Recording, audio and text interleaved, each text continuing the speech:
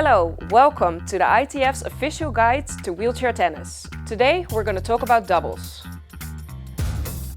Well, I think the thing with wheelchair tennis doubles is that it's almost the opposite to tennis on people's feet, because singles tends to be shorter points because it's harder for us to cover the court, whereas doubles, the points tend to be longer, can exploit the angles. Also we have the second bounce, so you know, we end up in positions that normally you wouldn't see on a tennis court, and I think the way that two players in a wheelchair move together as well makes it a really interesting watch. I think it's more tactical compared to the single. I mean, the singles are still tactical, but because it is a lot more difficult to break opponents down, like you said, like Gordy said, the movement is less court to cover, so it's harder to hit through, so you have to be a little bit more tactical, come into the net, obviously use the lobs, really exploiting spaces in the court.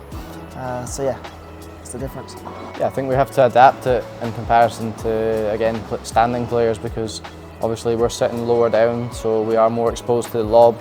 It's harder for us to just take a couple of steps and cover passing shots or intercept. So we always have to be moving when we're moving into the net, which is the reason why a player doesn't just go in and sit there. You know, they're always coming back out and then looking for the next opportunity to get forward.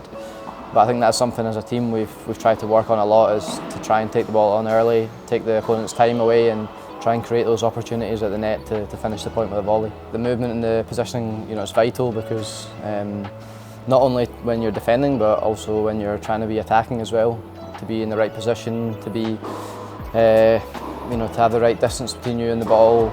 Also with your partner, to know where they are and which parts of the court you're covering, and trying also to predict where the opponents are most likely to hit it, so to cover that space.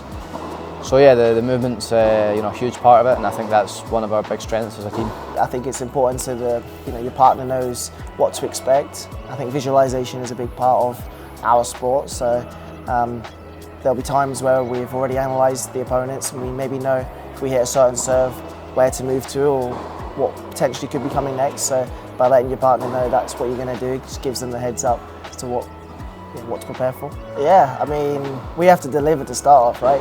If the doubles isn't entertaining to watch, then no one's going to get behind it. So I think that's a big part of it, that us as players, you know, we're all full-time, we're all training to be the best that we can be, and therefore the result is the quality of what we're doing is so much higher, and especially in doubles, because you've got a lot of strong movers out there. It just creates that anticipation or not knowing what's going to happen next. And I know, because I've spectated before matches, if you don't know what's going to happen, or if it's really tight, it's just going to add to that sort of adrenaline and enjoyment whilst watching. And you know, you look at what happened in Wimbledon with us and the matches that we played there. It was one of the most spectacular, if not the most spectacular occasion that we've ever experienced, and you know, happily we could deliver on the day and play some good tennis, and hopefully in the future more tournaments and more Grand Slams can really push wheelchair tennis and doubles as well in all divisions to come and support and watch, because it's a great spectacle.